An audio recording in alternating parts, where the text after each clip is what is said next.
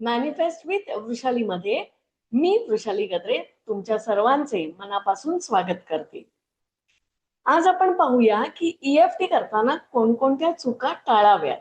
EFT tapping करताना काही common चुका ह्या नकळतपणे होत असतात. तुम्ही जर बिगिनर असाल तर या गोष्टी नक्की लक्षात ठेवा. ईएफटी मध्ये आधी इमोशन एक्नॉलेज करणं खूप महत्वाचं आहे.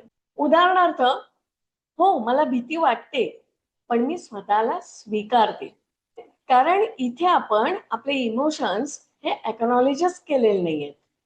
आपण काय म्हटलं पाहिजे, जरीही मी माझ्या भीतीच्या अवस्थेमध्ये असेल, स्ट्रेस मध्ये असेल, तरीही मी स्वतःला स्वीकारते आणि स्वतःला आनंदी ठेवते. हे वाक्य तिथे एकदम बरोबर आहे.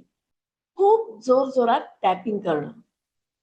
बघा, आता आपल्याला टॅप करायचं इतकं जोर जोरात मारतात ना काही जण, हे चुकीचं आहे.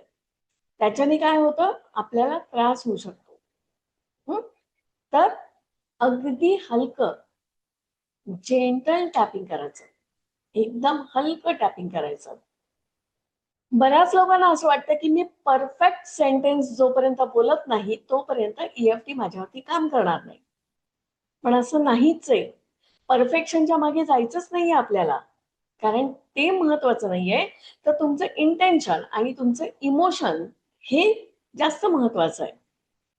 एकदाच करून रिझल्ट मिळाला पाहिजे हेही चुकीचं आहे. कारण कधी कधी इमोशनल लेयर्स इतके खोल असतात की एका सेशन मध्ये सगळं काही रिलीज होईल असं नसतं. त्यासाठी कन्सिस्टन्सी ही खूप महत्वाची आहे. आपण याही आधी बोललोय की डीप ट्रॉमा हा एकट्याने त्याच्यावरती काम करणं हेही चुकीचं आहे. कारण खूप पेनफुल मेमरीज जर असतील किंवा डीप इमोशनल ट्रॉमा असेल तर ईएफटी सर्टिफाईड प्रॅक्टिशनर कडूनच त्याच्यावरती काम केलं पाहिजे. इमोशनची इंटेन्सिटी चेक न करणं. बरेच लोक बघा डायरेक्ट ईएफटी करायला सुरुवात करतात. हे असं करायचं नाहीये. सगळ्यात पहिलं आपलं कोणत्या इमोशनवरती आपल्याला काम करायचंय ते एक्नॉलेज केलं पाहिजे. त्यानंतर 0 to 10च्या स्केलमध्ये इंटेन्सिटी चेक करायला हवी. ही सवयच लावून घ्यायची की सगळ्यात पहिलं ईएफटी करायला बसलं की सगळ्यात पहिलं 0 to 10च्या स्केलमध्ये इंटेन्सिटी चेक करायचे. मग रोज जरी टॅपिंग आपण करत असलो तरी सुद्धा रोज ही इंटेन्सिटी चेक करण्याची सवय लावली पाहिजे. इंटेन्सिटी स्केल करताना स्वतःला विचारलं पाहिजे की माझा स्ट्रेस किती आहे किंवा माझी भीती किती आहे.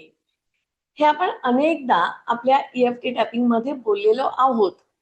पण स्पेसिफिक आता सांगते की जर 10 पैकी 8 असेल तर टॅपिंग नंतर समजा 4 झालं तर आपल्याला आपल्यामध्ये किती प्रोग्रेस होतोय, किती चेंज होत आहेत हे समजायला लागतं. आणि म्हणून इंटेन्सिटी चेक करणं अतिशय महत्वाचं आहे. आणि त्यामुळे अजून एक कळतं की जर 4 झालेला असेल म्हणजे आधीचा 8 आणि टॅपिंग नंतर जर 4 तर अजून एक राऊंड तुम्हाला केला पाहिजे. त्यानंतर परत इंटेन्सिटी चेक केली तर 2 किंवा 1 असेल, अजून एका टॅपिंग नंतर इंटेन्सिटी 0 आलेली असेल. बऱ्याचदा जनरल स्टेटमेंट्स बोलले जातात. म्हणजे काय, माझं लाईफ खराब आहे असं जनरल बोलण्याच्या ऐवजी जर स्पेसिफिक इश्यू घेतले. आता स्पेसिफिक इश्यू म्हणजे काय, उदाहरणार्थ इंटरव्ह्यू बद्दल मला टेन्शन येत आहे किंवा मला रिजेक्शनची भीती वाटते. हे जितकं स्पेसिफिक आहे ना तितकं ईएफटी हे इफेक्टिव्ह होतं. अजून एक आपण चूक करतो की फिलिंग बदलायला घाई करणं. कधी कधी लोक टॅपिंग करताना काय म्हणतात, मला पटकन पॉझिटिव्ह व्हायचंय. अरे पण ईएफटी केल्यानंतर त्यालाही वेळ द्या ना तुमच्या आयुष्यात बदल घडवण्यासाठी. कारण तुम्ही जस्ट टॅपिंग केलाय, तुम्ही युनिव्हर्सला सांगितलंय की मला माझ्या आयुष्यामध्ये हा बदल हवाय. युनिव्हर्सला सुद्धा वेळ द्या तुमच्यामध्ये बदल घडवण्यासाठी, तुमच्या आयुष्यामध्ये बदल घडवण्यासाठी. आणि सगळ्यात महत्वाचं, रेग्युलर प्रॅक्टिस न करणं. फक्त ज्या वेळेला आपल्याला प्रॉब्लेम्स येतात तेव्हाच ईएफटीची आठवण येते. पण हे चुकीचं आहे. जसं आपल्या शरीरासाठी रोज एक्सरसाइजची गरज आहे तसंच इमोशनल हायजीनसाठी रोजच्या रोज ईएफटी झालीच पाहिजे. पुन्हा एकदा, EFT करताना परफेक्ट होण्याचं प्रेशर घेऊ नका. स्वतःशी प्रामाणिक राहा आणि सगळ्यात महत्वाचं म्हणजे EFT वरती विश्वास ठेवा. कारण कधी कधी छोट्या छोट्या शिफ्ट सुद्धा मोठा बदल घडवू शकतात. जर तुम्हाला व्हिडिओ आवडला असेल तर लाईक, शेअर, सबस्क्राईब करायला अजिबात विसरू नका. धन्यवाद.